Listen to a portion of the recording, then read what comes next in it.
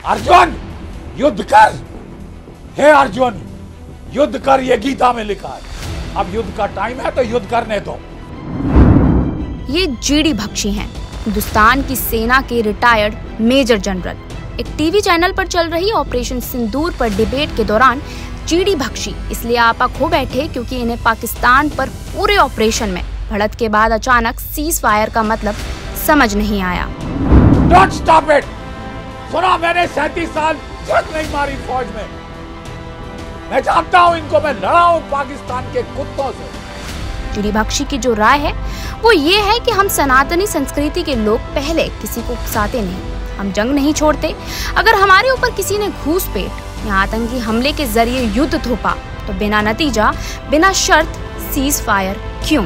GD Bakshi की इस राय की तरह सोशल मीडिया पर ऐसे तमाम लोगों ने पोस्ट साझा किए जिसमें किसी में तंज था तो किसी में गुस्सा तो किसी में सीज फायर पर चुटकी।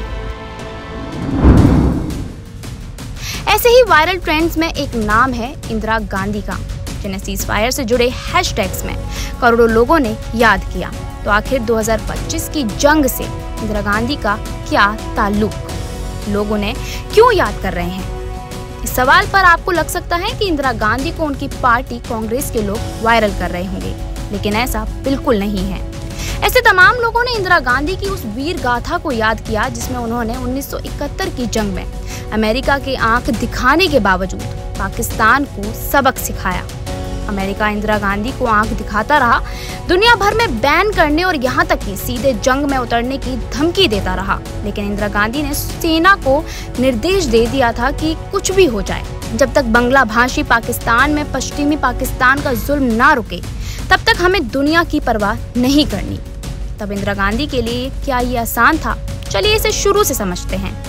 देश की आजादी के साथ जब बंटवारा हुआ तो पाकिस्तान दो हिस्सों में बना था, एक पश्चिमी पाकिस्तान जो पंजाब के बाद शुरू होता है और दूसरा पूर्वी पाकिस्तान जिसकी सीमा पूर्व में बंगाल के बाद शुरू होती है। पाकिस्तान के इन दोनों हिस्सों में सत्ता विकास में भागीदारी को लेकर अपने तनाव थे। भारत का इससे कोई लेना देना नहीं था। तब इंदिरा गांधी नई प्रधानमंत्री बनी थी। दुनिया उन्हें जवाहरलाल नेहरू की बेटी के रूप में जानती थी और राजनीति में उन्हें गूंगी गुड़िया कहा जाता था। इसका अंदाजा आप इसी बात से लगा सकते हैं कि प्रधानमंत्री बनने के 4 साल बाद इंदिरा गांधी जब नवंबर 1971 में अमेरिका गई, तब अमेरिका के राष्ट्रपति रिचर्ड निक्सन ने मुलाकात का समय देकर 45 मिनट तक इंतजार कराया और जब मिले भी तो मजाकिया लहजे में बात की। इंदिरा गांधी ने निक्सन की सारी अनदेखी झेलने के बाद बैठक से निकलने से पहले सीधी बात कह दी, पूर्वी पाकिस्तान में जो कत्लेआम चल रहा है उसे आप बंद कराइए और जो शरणार्थी हमारे देश में आ गए हैं वो वापस पाकिस्तान जाएंगे। हमारे मुल्क में उनके लिए कोई जगह नहीं है। दरअसल बंगाल भाषा वाले पूर्वी पाकिस्तान में पश्चिमी पाकिस्तान की सेना का जुल्म इतना बढ़ गया था कि वहां से 60 लाख लोग निकलकर भारत में शरण ले चुके थे। इंदिरा गांधी इसी को लेकर अमेरिका गई थी कि अमेरिका इसमें दखल दे और मानवता के नाम पर पाकिस्तान की सेना को रोके। अगर आप 1971 की जंग में पाकिस्तान की सेना का बांग्लादेश में जुल्म इस कीवर्ड से सर्च करें तो ऐसी तस्वीरें और डिटेल्स मिलेंगी कि आपके रोंगटे खड़े हो जाएंगे। महिलाओं से रेप, विरोध की आवाज बुलंद करने वाले नेताओं की हत्या और मार्शल लॉ के तहत फौज की मनमानी।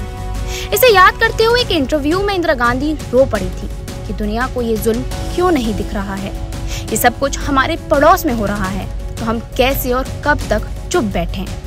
तब भारत 1965 में पाकिस्तान की जंग से बाहर निकला ही था। दोनों देशों के बीच तनाव था, इसीलिए पाकिस्तानी हुक्मरान भारत की कोई बात सुनने को तैयार नहीं थे। इसीलिए इंदिरा गांधी ने दुनिया का ध्यान इस तरफ खींचा, लेकिन सोवियत संघ की तरफ से अप्रोक्ष मदद के सिवा किसी ने वो पुकार नहीं सुनी। अमेरिका ने तो इंदिरा गांधी के साथ बदसलूकी करने के साथ धमकी भी दे दी। भारत की भलाई इसी में है कि वो पाकिस्तान के अंदरूनी मामलों में दखल ना दे। अगर वो दखल देता है तो उसे जंग में अमेरिकी फौज का सामना करना पड़ेगा। अब जरा सोचिए, अमेरिका जैसा सुपर पावर भारत की एक महिला प्रधानमंत्री और जंग से हाल ही में उभरे ऐसे देश को ऐसी खुलेआम धमकी देता है तो उसका संदेश क्या जाएगा? अमेरिका की इसी धमकी के बाद पाकिस्तान ने भारत की पश्चिमी सीमा पर सैन्य हरकतें शुरू कर दी। कश्मीर में घुसपैठ से लेकर भारतीय सेना की पोस्ट पर गोलीबारी की। बांग्लादेश में विरोध प्रदर्शन का दमन करने के साथ पाकिस्तान में भारत के खिलाफ भी कार्रवाई शुरू कर दी। तब इंदिरा गांधी ने वो फैसला किया जिसके आगे अमेरिका को भी झुकना पड़ा। तब भारतीय सेना के प्रमुख थे जनरल मानेक शॉ। इंदिरा गांधी ने अपने आर्मी जनरल को बुलाया और पहली मीटिंग में ही आदेश दे दिया पाकिस्तान को पूरब और पश्चिम दोनों मोर्चों पर मुंहतोड़ जवाब देने का। 4 दिसंबर 1971 को भारत ने जैसे ही अपनी सैन्य कार्रवाई शुरू की, पाकिस्तान ने अपना सबसे बड़ा नौसैनिक बेड़ा बंगाल की खाड़ी की तरफ रवाना कर दिया। लेकिन इंदिरा गांधी का फैसला नहीं बदला। उस जंग की कहानी हम आपको अगले वीडियो में बताएंगे। अगर आप जानने को इच्छुक होंगे, आप हमें कमेंट बॉक्स में लिखकर बता सकते हैं।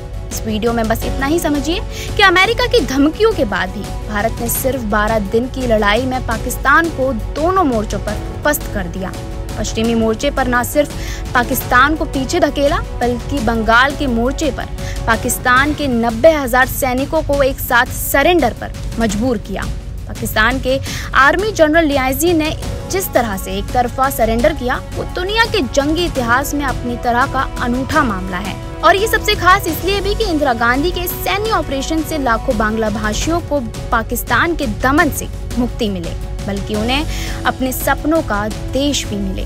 जी हाँ, ये इतिहास की किताबों का सबसे दिलचस्प किस्सा है। 1971 की उस जंग में पाकिस्तान की करारी शिकस्त के बाद ही बांग्लादेश का जन्म हुआ। वो लड़ाई भी हमारी सेना ने लड़ी थी, लेकिन इसके पीछे राजनीतिक इच्छा शक्ति इंदिरा गांधी की थी। तब विपक्ष के नेता अटल बिहारी वाजपेयी ने भी भरी संसद में इंदिरा गांधी को देवी दुर्गा का अवतार कह दिया था।